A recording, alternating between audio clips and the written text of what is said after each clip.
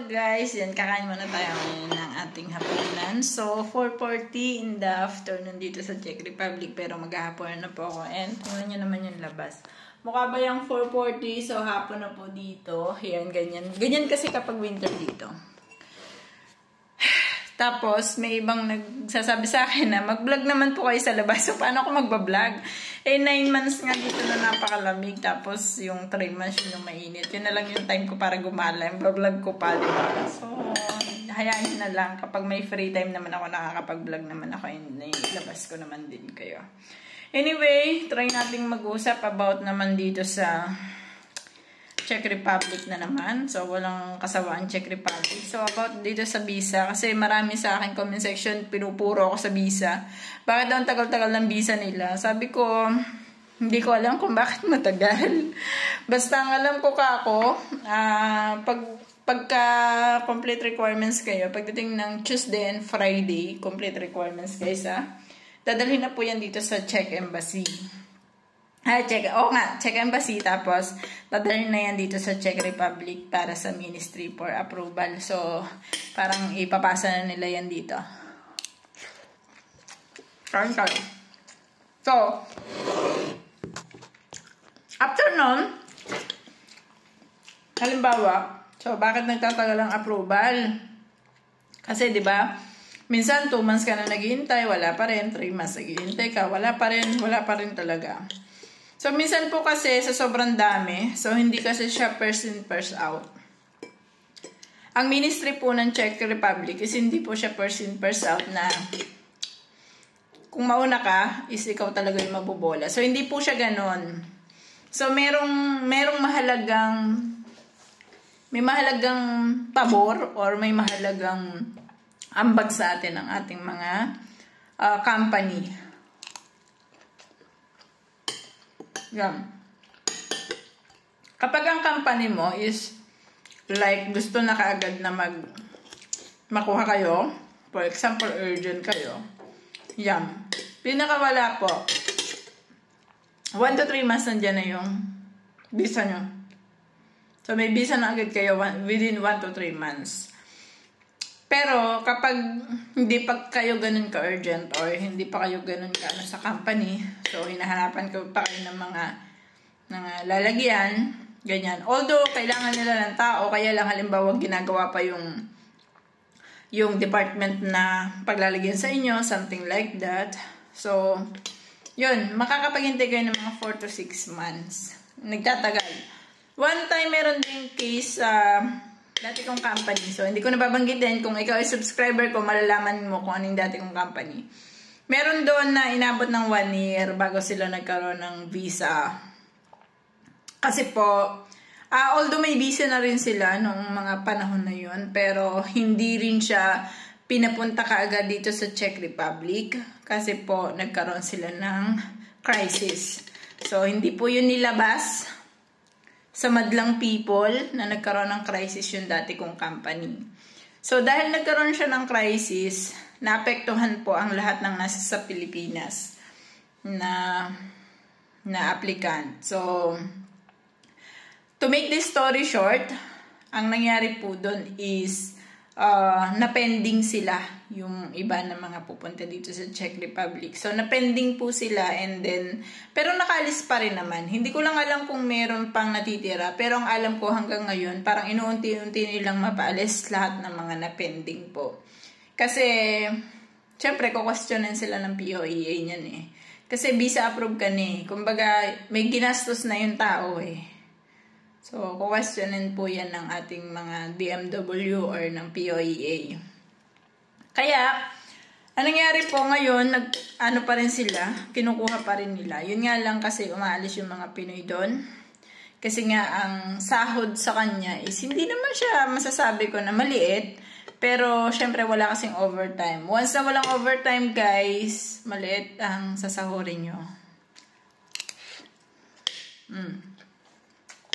Pag walang overtime, pakainin nyo muna ako.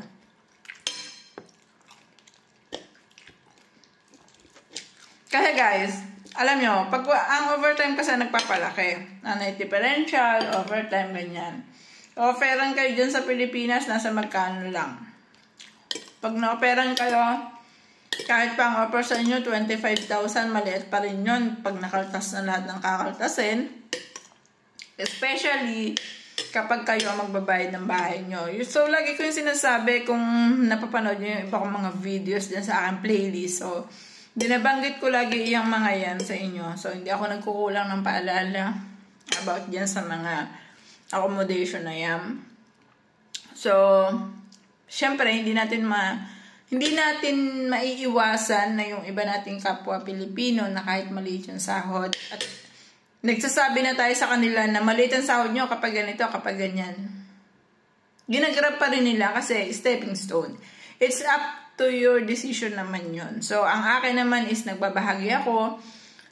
And so far naman, wala pa po ako na-encounter na nagsabi sa comment section ko na nanggaling dyan sa Pilipinas, nakarating dito, na napanood yung video ko, na nagsabi na mali yung mga sinasabi ko. So far, wala pa naman, guys.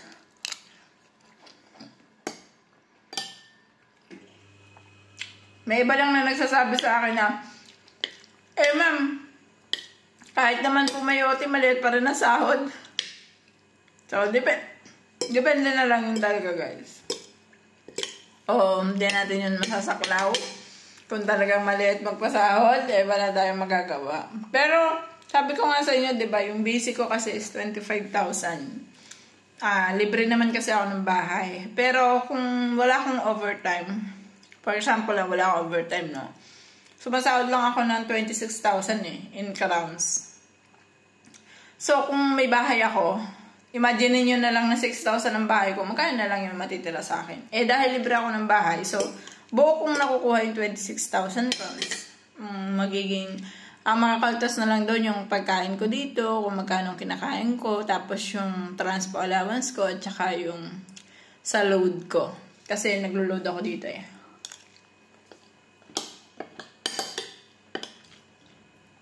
So, yan. Tamang kwentuhan lang tayo. No? Nasa Bisay talaga yung usapan natin Nakarating ako kung saan. Okay. Gano'n siya katagal, guys, yung visa natin? Balik tayo doon sa topic. Baka magalit sa atin yung mga Gano'n katagal yung visa? Ano siya? 1 to 6 months. 1 to 6 months talaga siya kasi ilagay mo na sa sitwasyon mo na 1 to 6 months yung pag-alis mo. So, wag ka na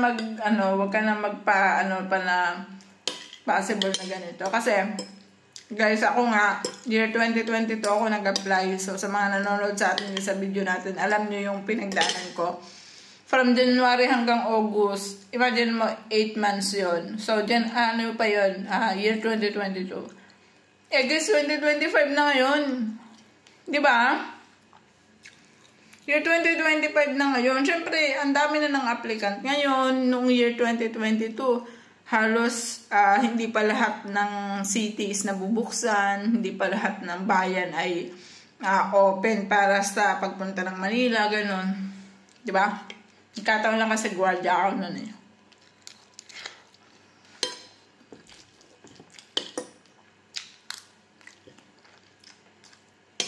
Yun.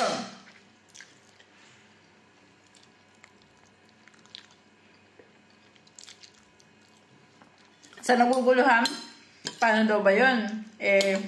Kung halimbawa, kasi may makikita kayo, minsan may marunong sa inyo mag-check dun sa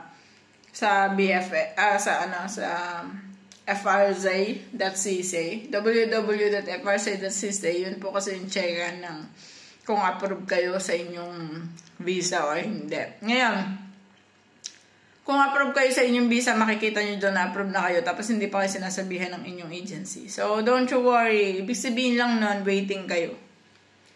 Ganun lang yun. Tapos, pag nakuha na yun ng agency, sasabihin nyo agad sa inyo, kasi dapat within 6 months mapalis kayo. Pero hanggat hindi siya sinasabi ng agency sa inyo, ibig sabihin, nakatenga pa yung inyong papel doon. Kaya, waiting pa rin kayo. Ganon. So, yun lamang. Bye!